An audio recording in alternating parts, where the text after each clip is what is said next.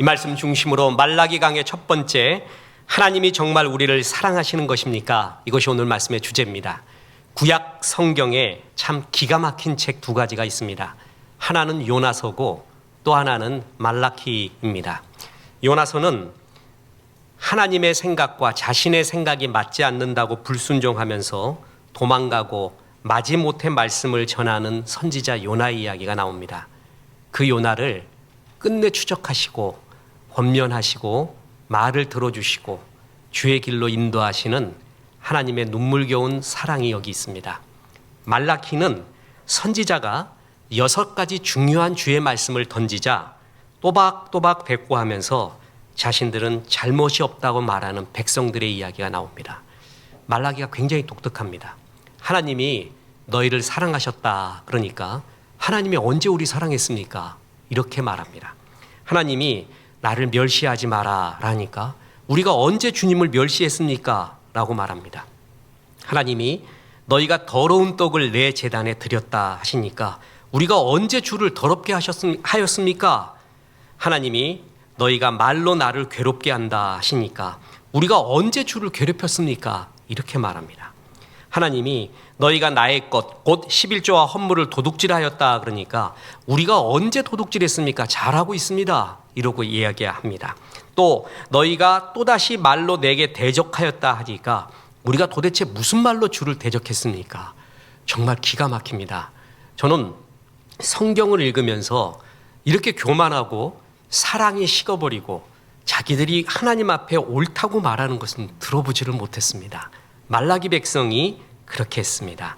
이런 교만하고 식어버린 백성들에게 성실하게 답하시면서 다시 죽게 돌아오기를 기대하는 하나님의 이야기, 그게 말라기서입니다.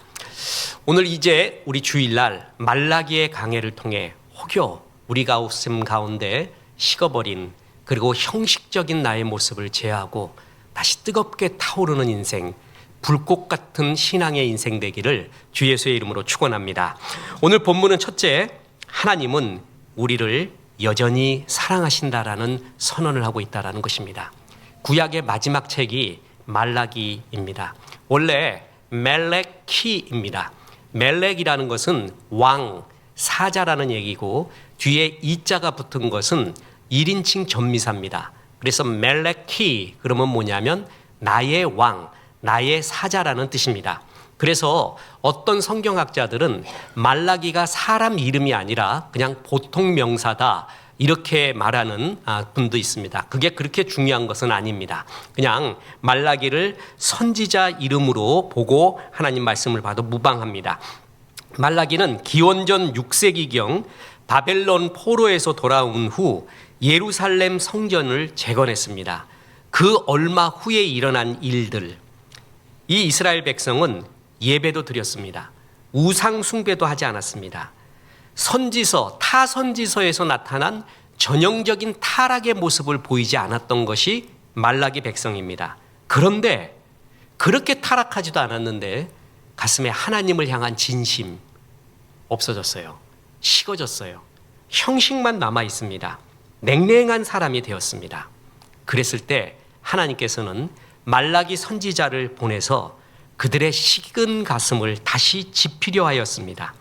그래서 이제 이들을 진단하고 교훈하는 6가지의 중요한 설교를 말라기 선지자가 하거든요. 그런데 백성들이 그 6가지 설교를 할 때마다 대꾸를 합니다. 반박을 합니다. 그 말씀 틀렸다는 거예요. 자기들은 잘하고 있다라는 거예요. 내가 뭘 잘못했냐며 교만한 모습을 보입니다. 다시 말합니다. 그들은 열심히 타락하지 않았어요. 그렇다고 열심히 섬기지도 않았고 그저 냉랭한 가슴으로 신앙생활을 왔다 갔다 하고 있는 자기 자만에 빠져 있는 사람들입니다. 어찌 보면 식어버린 우리 성도들 상징이기도 합니다. 유다 백성들이 바벨론 포로에서 돌아오면서 기대했던 것이 있습니다. 포로교에서 돌아왔으니까 이제 이스라엘로 돌아왔으니까 바벨론 정도는 안 되더라도 우리도 잘 살고 잘 먹고 나라도 부강하고 가정도 풍요롭기를 기대했습니다. 그런데 물질적, 현실적 어려움에 접하게 됩니다. 그랬더니 곧바로 사람이 냉정해집니다. 냉소주의에 빠집니다. 영적 침체에 빠지게 됩니다. 주의 사랑, 바벨론 포로, 거기서 다시 이끌어내신 하나님의 사랑, 그리고 하나님의 비전, 이런 건 다 없어지고 눈앞에 현실만 힘들게 보였습니다. 사람이 그래서 마음이 피폐해진 상태에 있었습니다. 이런 이스라엘을 향해서 하나님은 애끓는 사랑의 말씀을 하십니다. 말라기는 경고와 책망을 담고 있기 때문에 하나님이 처음부터 무섭게 말씀하실 것 같은데, 그렇지만 그렇지 않고 내가 너를 사랑하였노라 라는 말부터 합니다. 이 구절이 너무나 좋습니다. 보세요. 1장 2절에 여호와께서 이르시되 내가 너희를 사랑하였노라. 여러분, 이런 구절을 보면 하나님의 수사법, 하나님의 설득법, 하나님이 어떻게 대하신가를 많이 볼 수가 있습니다. 우리가 우리의 자녀를 볼 때요, 그리고 우리 친구들을 만날 때 누가 그가 잘못하고 왔어요. 그러면 보자마자 그걸 지적하고 싶어요. 못 참겠어요. 그래서 그걸 마구 쏟지요. 특히 여러분, 밥상에서 쏟아요. 그러면은 애가 밥을 안 먹는다 그래요. 그러면 밥도 안 먹느냐고 더 화를 내요. 이렇게 되면 최악이 되는 거죠. 그냥 쏟고 싶은 그런 비판의 말, 권면의 말이 많지만 하나님이 뭐부터 말하냐면 내가 널 사랑한다고부터 말해요. 참 이런 게 배우는 거예요. 밥 먹을 때 혼낼 거 많아요. 그럼 내가 너 사랑한다. 내가 너를 얼마나 사랑했는데, 그런 이야기를 먼저 해주는 거예요. 그래야 가슴이 열리는 것입니다. 어느 목사님이 자기 아들이 곰팡이 같은 짓 하도 많이 하니까 이제 이놈을 데리고 권면해 주려고 밖에 나가서 이제껏 먹어보지 못한 최고의 음식을 먹여줬다고 합니다. 그래서 잘 먹었냐? 그래, 내가 너 사랑하고 아빠가 돈이 없어서 그렇지 너한테 맨날 이런 거 먹여주고 싶은 게 아빠의 마음이다. 그러면서 넌 이제 이런 잘못도 했고 저런 잘못도 했으니까 집을 나가라. 잘 먹여놓고 난 다음에 이 목사님이 그게 잊혀지지 않는데요. 아빠의 그 마음이, 아빠의 그 굵은 마음 잘 먹여주고 아빠의 마음은 이렇다. 그럴 때 가슴이 열리는 거죠. 내가 나가길 어디 나가. 그러면서 아빠 잘못했어요. 이렇게 말했다고 합니다. 하나님의 첫 마디가 심판이나 꾸지람이 아니라 사랑의 선언이었다는 사실이 참 감동적입니다. 저는 성도들을 권면할 때 우리가 잘못했을 때도 여기부터 시작해야 된다고 봅니다. 우리 교회 출신으로 지금 개척해서 담임 목회하고 있는 부사역자들이 많이 있죠. 그러면 전화를 오거나 얘기하면은 권면해 달라고 하면 저는 이 말만 합니다. 성도들 너무 책망하지 마라. 다 힘든 사람들이다. 다 어렵다. 예배 나오는 거 얼마나 고마운 줄 아니? 그들을 위로하고 소망을 줘라. 그래도 다 알아듣는다. 목회자가 자기 속에 있는 독을 쏘으면 안 된다. 그것은 정말 자기 부인을 하며 자기가 소화를 시켜야 된다. 그리고 사랑한다는 말, 그리고 너희를 향한 선한 계획이 아직도 있다는 그런 소망의 말을 많이 하면 결국 헌신한다. 지적한다고 되는 게 아니다. 이제 이렇게 꼭 그 말을 합니다. 말라기가 그랬습니다. 내가 너를 사랑한다고. 이것은 주님의 본심이었고 또한 이스라엘 역사를 관통하는 하나님의 변함없는 약속이고 선택의 선언입니다. 그러면 변해야 되는데 백성들의 반응은 차갑습니다. 언제 우리가 그런 사랑을 받았습니까? 하나님 날 사랑한다고요? 이렇게 말합니다. 보세요. 1장 2절. 여호와께서 이르시되 내가 너희를 사랑하였노라 하나 너희는 이르기를 주께서 어떻게 우리를 사랑하셨나이까 하는도다. 그들의 눈에는 주의 사랑이 보이지 않았습니다. 현실만, 어려움만 보였습니다. 우리를 사랑한다면 축복해 줘야 될 텐데 바벨론에서 봤던 대단한 문화와 풍요로운 삶, 그 정도는 안 되더라도 비슷하게는 하나님이 인도해야 되는 게 아닙니까? 우리를 포로에서 돌아와 보니까 바벨론과 너무 다릅니다. 하나님을 믿지 않는 바벨론이 훨씬 더 잘 살고 있지 않습니까? 우리는 왜 이 고생해야 됩니까? 그러면서 불평하면서 주의 사랑은 기억하지 않고 현실만 보고 불평하는 냉랭한 반응을 보이게 됩니다. 어찌 보면 우리의 마음도 그렇습니다. 하나님이 계속 신실하신 언약적 이 사랑을 유지하지 않았다면 이스라엘 백성은 존재하지 않았을 것입니다. 죄와 반역을 용서하고 공경에 처했을 때 회복시켜 주시고 적들에게 구해 주시고 필요를 채워 주시고 기도에 응답하시고 우리의 죄사함을 위해 제사장과 희생 제사를 마련해 주시고 그들을 가르치고 격려하기 위해 수많은 선지자와 현인들을 보내줬습니다. 이런 게 하나 생각하지 않습니다. 떠오르지 않습니다. 하나님의 백성답게 살기 위해 훈련하기 위해 광야 40년 훈련을 시켰습니다. 그리고 바벨론 70년의 고난을 허락하셨습니다. 이런 거 하나 생각하지 않고 그저 이스라엘 백성은 이 현실 속에서 잘 먹고 잘 사는 것이 최고라고 생각했습니다. 그게 축복이라고 생각했습니다. 하나님이 이스라엘 백성을 부르신 이유, 우리를 부르신 이유, 아브라함을 부르신 이유는 복의 근원이 되라는 것입니다. 너로 인하여 많은 사람들이 주업계로 돌아오는 복의 근원이 되라 해서 부른 것인데, 복을 주신 것인데 다 잊어먹고 나는 저들과 비교해서 이렇게 못 살고 쪼들리고 가난하고 현실적으로 어렵습니다. 그 냉랭한 가슴, 그 속에서 하나님이 널 사랑한다 그러니까 뭘 사랑하긴 뭘 사랑해요? 이렇게 답변합니다. 그러면 저는 재떨이를 던질 것 같습니다. 아니면은 도자기를 던지든 뭘 던지든 이런 호러놈이 있나 해가지고 혼을 낼 것 같은데, 하나님이 사랑하시는 이유를 형 에서와 동생 야곱의 비유로 들어주십니다. 1장 2절, 나 여호와가 말하노라. 에서는 야곱의 형이 아니냐? 그러나 내가 야곱을 사랑하였고 에서는 미워하였으며 그의 산들을 황폐하게 하였고 그의 산업을 광야의 이리들에게 넘겼느니라. 여기서 사랑과 미움은 감정의 표현이 아니라 선택과 거절의 언약적 언어입니다. 하나님은 당연히 형인 에서를 택해야 되는데 동생인 야곱을 택했다. 그 야곱의 후예가 지금 이스라엘 백성이거든요. 왜 그랬는가? 그것은 그들이 잘나서 더 자격이 있어서가 아니라 전적인 하나님의 은혜였다라는 것입니다. 이것을 이들은 잊고 있어요. 여러분, 전도를 하면은요, 두 가지 기적이 있습니다. 하나는 내가 예수 믿고 있다는 게 기적이고요, 저들이 예수를 안 믿는다는 게 기적입니다. 저는 믿음에 대해 표현할 때 이렇게 됩니다. 믿음은 믿어지는 거예요. 그게 너무 신비합니다. 오늘 찬송을 드렸죠. 김영진 청년이 랩으로 10계명 외우는 법 하는데 참 저도 별명이 구관조였습니다. 정말 잘 따라합니다. 못 따라하겠어요. 이제 숨이 차가지고 어떤 모습이든 찬양을 해요. 찬양하면 좋아요. 기도하면 좋아요.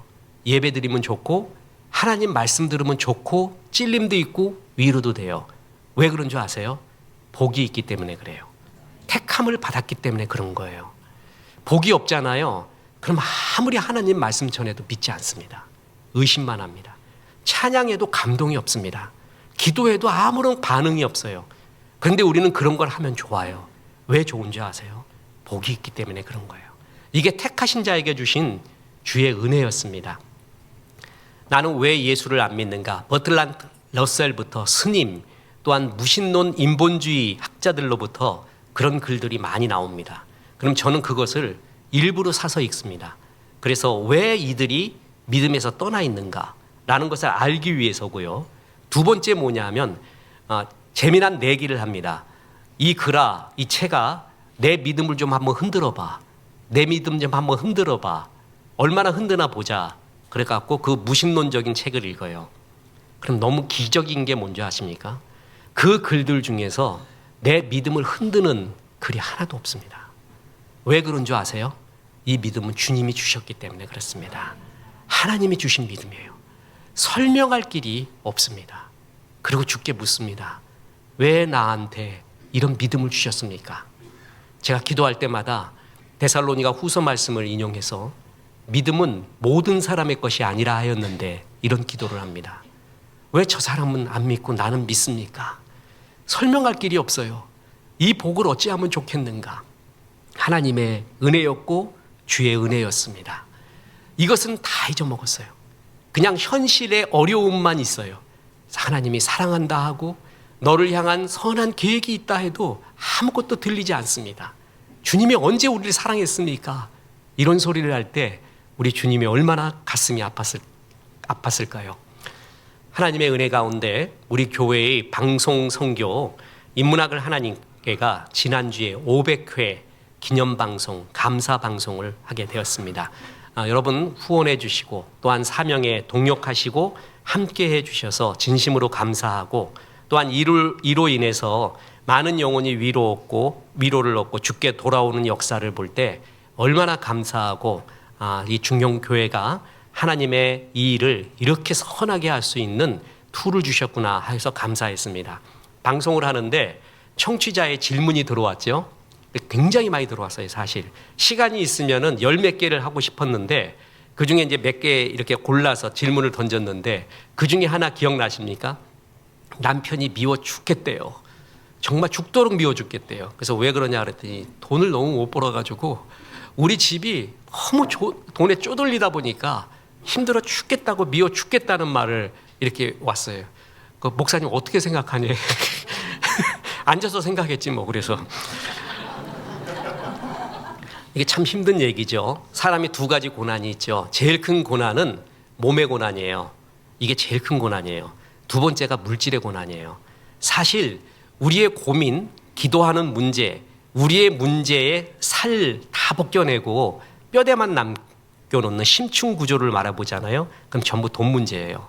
90% 이상의 내 고민은 돈 문제입니다. 그만큼 현실은 물질이 소중한 것이 사실입니다. 왜냐하면 그리스도인들도 뭐라고요? 이슬 먹고 사는 게 아니라 밥 먹고 살잖아요. 그래서 주님도 주님 가르쳐준 기도에서 일용할 양식을 달라고 기도하라 할 정도로 물질은 소중한 것이 분명합니다. 그죠? 물질이 어느 정도의 행복도 주고요. 어느 정도의 기쁨도 주고 주의 일을 할 수 있는데도 어느 정도 물질이 필요합니다. 사람이 너무 물질이 없잖아요. 그러면 사흘 굶어서 담 넘어가지 않는 사람이 없다고 정신마저 피폐해집니다. 그래서 그들을 도와줘야 되고 함께하는 것은 너무나 중요한 일이다. 충분히 공감을 해줬죠. 그러면서 이렇게 답변을 했습니다. 하나님이 분명 약속하기를 우리의 욕심은 채워주지 않지만 필요는 반드시 채워줍니다. 그리고 참새를 보십시오. 공중을 나는 참새도 하나님이 먹인다고 했는데 참새가 입 벌리고 있으면 하나님이 쌀알을 던져줘 갖고 먹이는가? 아침부터 얼마나 종종걸음으로 날개짓 하면서 찾으러 다닙니까? 그래서 구하라, 기도하라, 찾으라, 문을 두드리라. 그렇게 하다 보면 반드시 하나님이 필요는 채워주십니다. 이렇게 권면을 했어요. 잘했죠? 예, 그게 성경적이에요. 근데 사실 그 뒤에 한마디를 더 하고 싶었어요. 근데 그게 시간 관계상 이렇게 딱 손짓을 해서 그냥 끊어버렸습니다. 그게 뭐였냐 하면은 그래도 남편을 사랑하세요. 이 얘기를 했어요.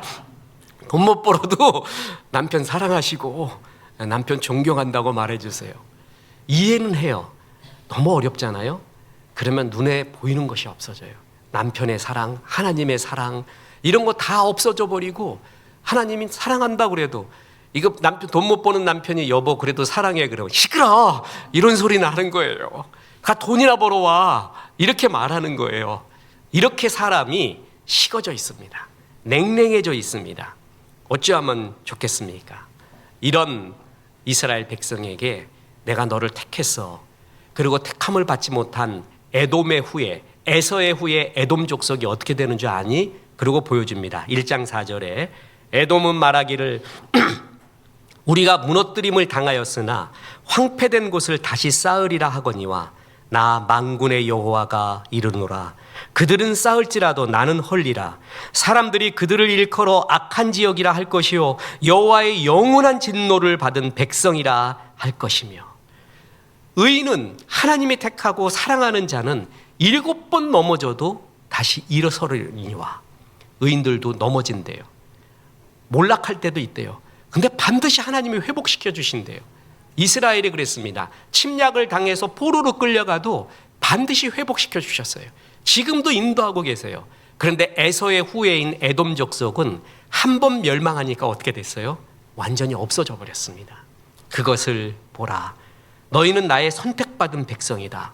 사실 너희도 에돔같이 심판을 받아야 될 그런 죄악이 가득한 사람들이었는데 나의 사랑으로 여기까지 유지되고 있는 것이다.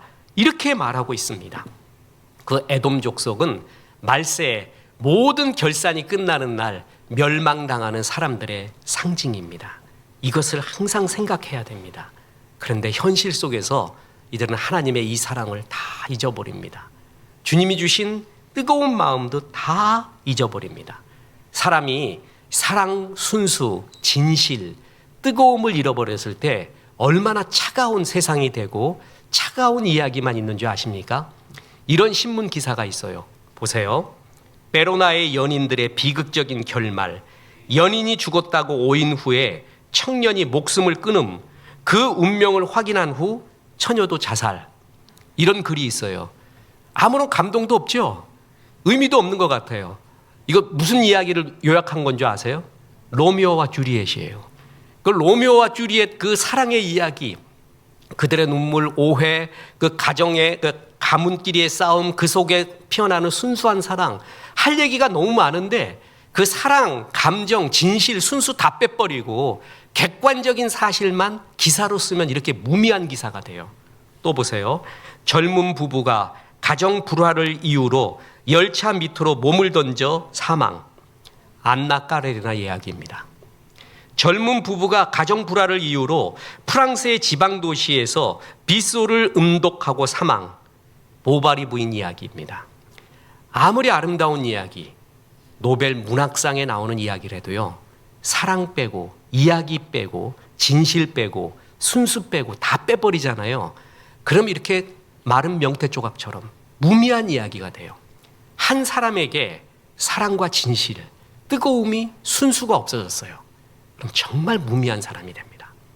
목사가 그 가슴에 하나님을 향한 사랑, 순수, 사명이 없어졌어요. 그냥 직업으로 왔다 갔다 회사원처럼 여겨요. 무슨 역사가 일어나겠습니까? 무슨 은혜가 거기에 있겠습니까? 철저하게 주의 사랑을 회복해야 되죠. 그래서 예수님은 소아시아의 7교회 가운데 에베소 교회를 향해 이렇게 말했습니다. 계시록 2장 4절에 그러나 너를 책망할 것이 있나니 너의 처음 사랑을 버렸느니라. 첫사랑을 버렸다. 에베소 교회는 처음엔 그러지 않았어요. 근데 가면서 현실 속에서 사랑이 식어져요. 현실만 남아있어요. 그 무미한 사람을 볼 때 얼마나 괴롭습니까? 보는 사람도 괴롭고 본인도 얼마나 괴롭겠습니까? 그래서 너를 사랑한다 이렇게 말을 해도 주님이 언제 사랑했습니까? 사랑하면 지금 내가 이 모양 이 꼴입니까? 사랑하면 적어도 이 정도는 채워주셔야지요. 이렇게 반박하고 있는 냉랭한 가슴을 보십시오. 원로 목사인 존 벤턴 목사님은 이런 말을 했습니다.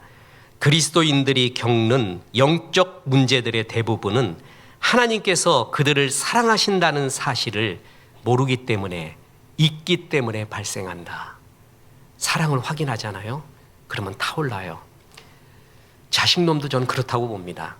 어찌됐든 자식이 변화될 때는 부모의 사랑이 느껴질 때, 자식도 처음에 헷갈아갈 수 있죠. 현실만 보고 어렵고, 그러니까 헷갈아갈 수 있는데 부모의 사랑을 정말 진실로 느낄 때 그제서야 정말 변화가 되고 눈물이 나고 사람이 되는 거 아니겠어요? 그 사랑을 잃어버릴 때 사람은 냉랭해지고 어려워집니다. 사랑이 식을수록, 하나님에 대한 사랑이 식을수록 세상이 좋아집니다. 세상 것만 보이기 시작을 합니다.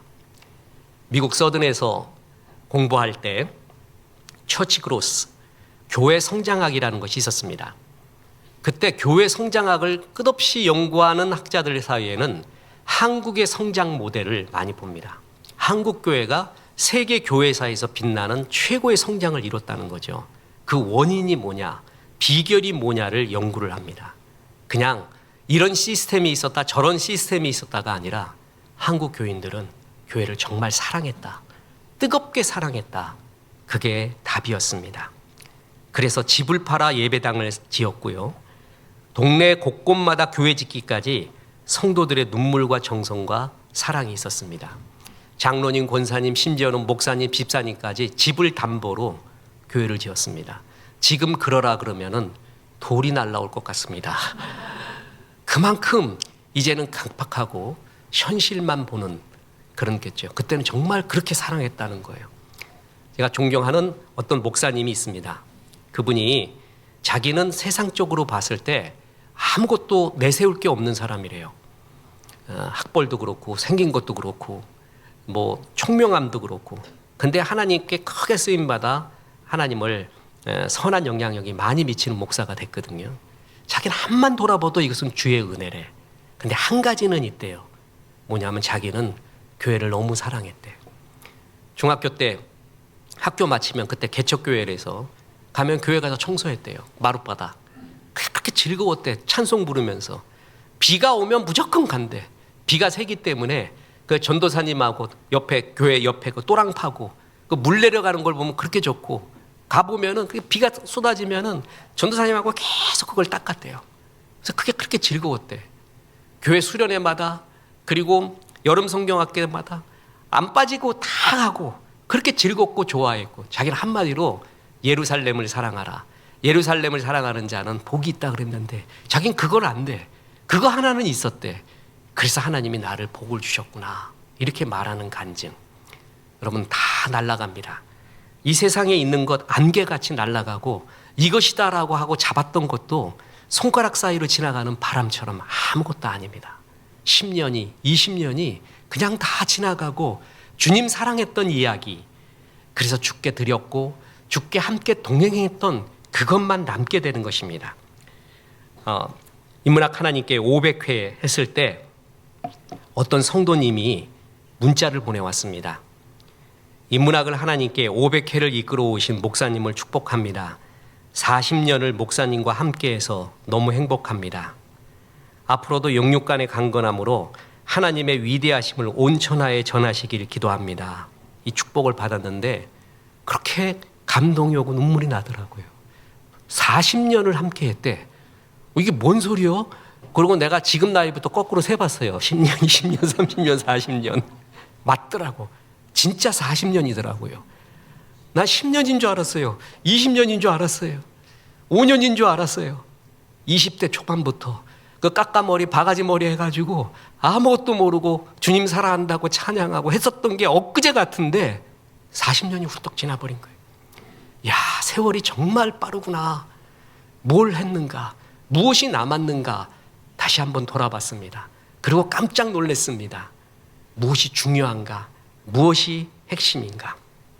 하나님에 대한 사랑이 식을수록 주께서 나를 사랑하셨고 여기까지 인도하셨고 은혜를 주셨던 건 다 잊어먹고 세상이 좋아지고 또한 세상과 나가 비교만 하게 되고, 그래서 주님이 무슨 말을 해도 말라기 백성처럼 이렇게 강팍한 반응을 합니다. 참 못됐죠? 진짜 못됐어요. 하나님이 널 사랑한다 그러니까 주께서 우리를 어떻게 언제 사랑했습니까? 이런 말을 하는 이스라엘 백성에게 하나님은 두 번째로 너희를 향한 비전이 있다라고 또 말해줍니다. 하나님은 냉랭한 이스라엘 백성을 향해 아직도 너를 사랑하고 그리고 너를 향한 비전이 있다. 너를 통해 하나님의 위대하심이 온 세상에 드러나기를 원하는 너에게 처음 주었던 그 비전의 마음을 나는 거두지 않았다. 난 그것을 기대한다라고 말합니다. 보세요. 1장 5절. 너희는 눈으로 보고 이르기를 여호와께서는 이스라엘 지역 밖에서도 크시다 하리라. 1장 4절이 뭐냐 하면 하나님의 은혜를 받지 못한 에서의 후에 에돔 족속의 멸망입니다. 그들은 황폐함 가운데 멸망했거든요.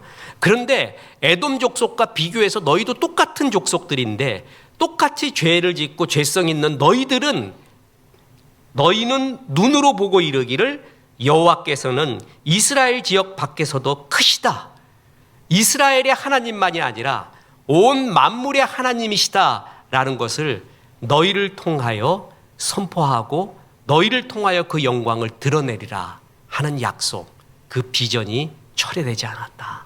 그것을 기억하라라는 것입니다. 사람을 살리는 게 두 가지예요. 하나는 사랑을 느낄 때예요. 그리고 나의 쓸모, 나의 비전을 느낄 때예요. 그때가 사람이 살아나거든요. 하나님은 이스라엘 백성을 살리는 법을 알고 있었습니다. 그래서 살리기 위해서 제일 먼저 한 말이 너를 깊이 사랑한다라는 것입니다. 그리고 너를 향한 아름다운 비전, 너를 통해 이스라엘의 하나님이 아니라 만왕의 왕, 열방의 만물의 하나님이신 것을 너를 통해 드러나기를 원한다. 하나님이 살아계신 것을 너를 통해 드러나기를 원한다. 이것은 나의 마음이다. 이렇게 말해주고 있습니다. 여러분, 그렇습니다.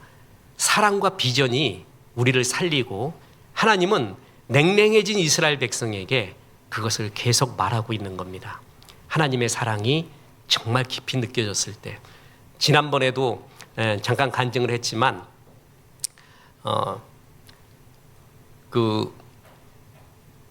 어떤 초등학교 교사가 질문을 냈는데, 사자성어 길거리에서 소리 지르고 노래 부르고 사람들 시끄럽게 하는 것을 뭐라고 하는가? 땡땡땡 가. 그래서 땡땡땡에 이제 괄호를 친 거예요. 그래서 가. 애들이 답을 쳤는데, 이럴 수가, 미친 건가? 원래 답이 고성방가죠. 고성방가인데 이럴 수가, 미친 건가? 뭐 이렇게 썼는데, 한 학생의 답이 최고라고 했죠. 아빠인가? 아빠인가? 그 집 어떤 집인지 알겠죠? 우리 집도 그랬습니다. 아버님이 해병대 출신이고 사업도 미끄러지셔서 한잔하고 들어오시고, 그러면 이제 해병대 군가 전우의 시체를 넘고 넘어부터 해갖고 다 들어야 됐습니다. 그래서 저는 아빠인가 그것을 충분히 이해합니다. 그때 아버님이 하드 아이스크림 사오시고, 어려운 중에도 제일 잊혀지지 않은 게 뭐냐면 그 낙엽을 주워 왔을 때입니다. 가을에 돈이 없으시니까 그거라도 주워 오신 거예요. 애들 사랑하니까. 그래서 큰아들 제일 이쁜 돈 주시고, 그리고 제 여동생, 남동생 한재성 집사 이렇게 낙엽을 줬습니다. 애들은 기억할런지 난 그게 너무 싫었어요. 무능한 아버지가 너무 싫었어요. 나는 이 낙엽 주는 것보다 돈 좀 왕창 줘갖고 내가 좀 사고 싶은 것도 많이 사고, 만년필도 좀 사고 이러고 싶었어요. 특히 저 좋은 만년필 갖고 원고지에가 아싸한 잉크 냄새 맡으면서 글쓰기 원했는데, 맨날 모나미 볼펜 가지고 그냥 쓰고 그러니까 무능한 아버지가 너무 싫었어요. 참 내가 나빴죠. 못된 놈이었어요. 그 낙엽을 가서 그 화장실에 가서 찢어버렸어요. 아버지가 미워서. 근데 이제 아버지가 이제 예수 믿고 돌아가시게 됐죠. 소천하시고 그렇게 화장을 하게 되는데 그것만 떠올라요. 너무 미안하다 아버지한테. 나도 이제 장가 가보고 내 새끼들 길러 보니까 애비의 마음이 어떤가. 왜 안 주고 싶었겠습니까? 그죠? 모든 걸 주고 싶었겠죠. 눈이라도 손이라도 빼주고 싶었던 게 애비의 마음 아니겠어요? 그거를 장남이 몰라봤다. 너무 미안했어요. 그래서 아버지한테 두 가지를 말했어요. 아버지, 천국 가서 만납시다. 천국 가면은 두 가지를 꼭 말하고 싶은데, 하나는 사랑합니다. 하나는 미안합니다. 그 사랑을 깊이 가슴에 새기고 고마워하지 못했던, 그냥 무능한 것만 싫었던, 그것을 정말 미안하더라고요. 정말. 그래서 지금도 가을만 되면 이 낙엽만 보면 아버지 같아요. 아버지의 눈물, 아버지의 진실, 아버지의 사랑 같아요. 그래서 가을만 된다 그러면은 이게 막 올라와요. 감정도 서정도, 그리고 인생이 뭔가 본질에 대한 생각이 막 올라옵니다. 그러고 나서 그 사랑, 그 애달픈 마음, 사람이 말해요. 추억과 아름다움이 새겨지는 것은 어렵고 고난과 진실이 만날 때예요. 약함과 진실. 만약에 힘이 많잖아요. 그러면 질러버려요. 빨간 자전거를 이렇게 그리워하지 않아요. 그냥 사버려. 빨리 가서 사버려. 빨간 자전거 갖고 싶은 그리움, 애달픔, 설레임 이런 게 없어요. 사람 마음 가운데 제일 좋은 게 그리움, 설레임, 애달픔 이런 거거든요. 그리고 마침 얻었을 때 나오는 그 기쁨, 이게 인간다움이고 아름다움이에요. 이 약함이 진실을 만날 때, 그럴 때 진짜 추억이 새겨지는 거예요. 아버지가 모든 걸 주고 싶지만 주지 못했을 때, 그 애달픔, 그걸 자식놈이 알아줄 때, 알아주고 아버지 괜찮아요. 이 낙엽 최고인데요. 이거 갑오로 물리려고 해요. 이렇게 좋은 낙엽이 어디 있을까? 그랬을 때 얼마나 좋아했었을까요? 그죠? 근데 그것을 몰라주는 마음, 이스라엘 백성이 지금 그런 거예요. 하나님이 뜻이 있어서 고난도 허락하시고 사람 만들어가고 있는 중이에요. 그거 싫다고 하면서 하나님의 진심을 다 외면해요. 다 찢어버리고 있어요. 그러면서 하나님 나 이것도 못 주고 이것도 못 주냐고 그렇게 냉랭한 가슴으로 하나님께 이야기하고 있습니다. 그럴 때도 하나님이 널 사랑한다 그러면서 너에게 비전이 있다. 너를 통해 이스라엘의 하나님 아니라 온 세계의 하나님인 것을 증명하고 싶다. 이렇게 이야기합니다. 요셉이 애굽에서 낳은 두 아들이 있는데 하나의 아들이 므낫세, 두 번째가 에브라임입니다. 므낫세는 잊다, 잊어버리다라는 뜻이고 에브라임은 번성하다라는 뜻입니다. 하나님이 은혜를 주실 때 과거의 아픔을 잊게 만들어버립니다. 그리고 번성을 주세요. 근데 여러분 아세요? 잊어버리는 거 절대 쉽지 않습니다. 인간의 힘으로 잊혀지지 않습니다. 과거는 없어지지 않아요. 과거를 잊는다는 것은 그 과거의 아픔이 더 이상 나에게 악한 영향을 주지 않는다는 것이에요. 그러니까 싹 잊어버렸다. 그게 과거를 잊는다는 게 아니라 그것이 나한테 영향을 안 미쳐요. 그러기 위해서는 과거의 아픔보다 더 강한 에너지가 있어야 돼요. 과거의 아픔이라는 것은 타나토스, 죽음의 힘이라고 해서 굉장히 나를 끌고 가는 엄청난 에너지예요. 발목을 잡는 에너지예요. 세상에 제일 큰 에너지가 죄의 에너지예요. 죄는 세력이고 힘이거든요. 또 죄를 지으면 죄의 죄성과 죄의 모습으로 나를 끌고 가는 세력이에요. 죄가. 그래서 무서운 거예요. 그리고 또 하나가 아픔의 에너지예요. 죽음의로에 접근을 갑니다. 막 죽음의 에너지처럼 나를 끌고 가요. 이길 수가 없어요. 이 에너지보다 더 큰 에너지가 있는데 그게 현재의 비전이라는 것입니다. 이것이 제일 큰 에너지예요. 그래서 빌립보서 3장 13절에 형제들아 나는 아직 내가 잡은 줄로 여기지 아니하고 오직 한 일, 즉 뒤에 있는 것은 잊어버리고 앞에 있는 것을 잡으려고 표대를 향하여 그리스도 예수 안에서 하나님이 위에서 부르신 부름의 상을 위하여 달려가노라.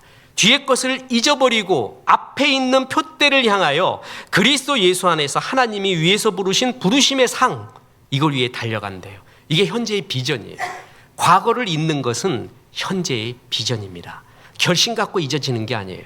과거라는 아픔은, 내 실패의 체험은, 상처의 체험은 큰 것이에요. 부인할 수 없어요. 큰 에너지로 웅덩이같이 나를 뒤로 끌고 갑니다. 이거보다 더 큰 에너지가 있어야 돼요. 더 큰 힘이 있어야 돼요. 그게 바로 현재의 비전이라는 것입니다.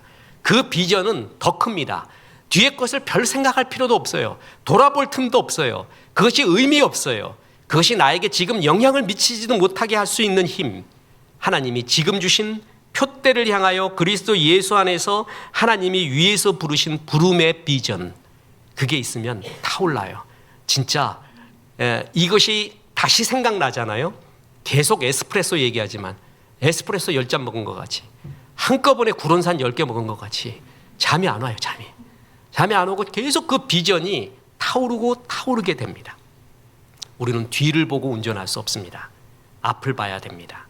하나님의 부르신 비전이 있을 때 우리는 상처도 있고 달려가는 살아나는 역사가 일어나요. 하나님은 잘합니다.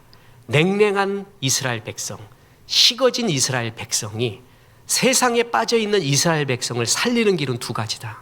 하나는 하나님의 사랑을 깊이 다시 느끼게 하는 것, 그리고 비전을 다시 생각나게 하는 것. 그래서 말라기 선지자를 통해 내가 너를 사랑했다. 그리고 너를 향한 비전, 만왕의 왕인 것을 너를 통해 드러내고 싶다는 것을 가르쳐줘요. 그랬더니 이스라엘 백성은 아직도 냉랭하게 말합니다. 하나님이 우리를 언제 사랑했습니까? 그런 거 필요 없습니다.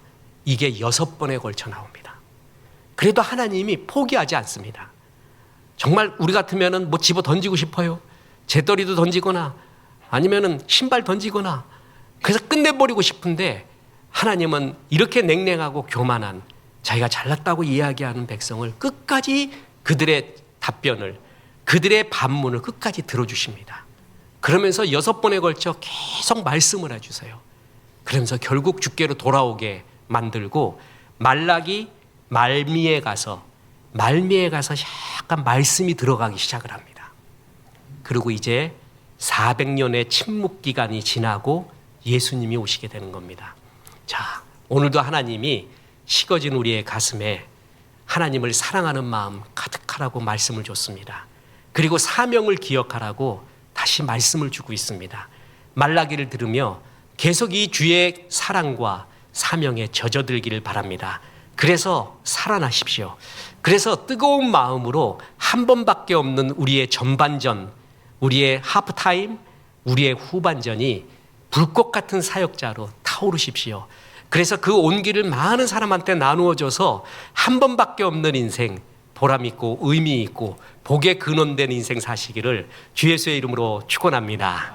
우리 하나님 말씀 생각하며 찬송합니다. 주 하나님 지으신 모든 세계.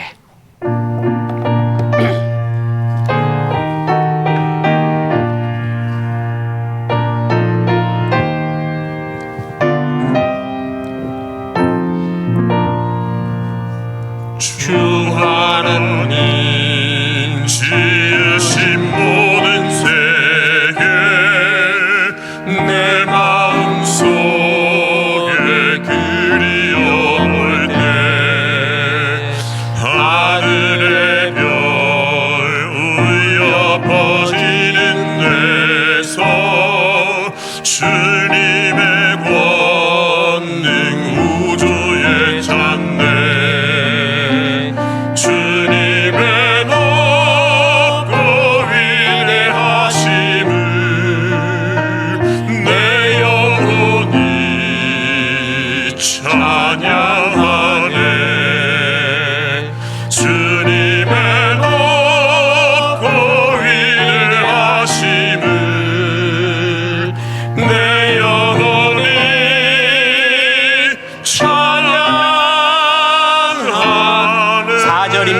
내 주 예수, 내 주 예수 세상에 다시 올 때 저 천국으로 날 인도하리.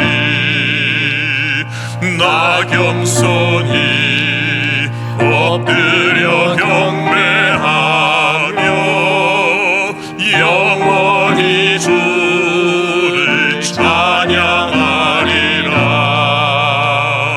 주님의 높고 위대하심을 내 영혼이 찬양하네. 주님의 높고 위대하심을 내 영혼이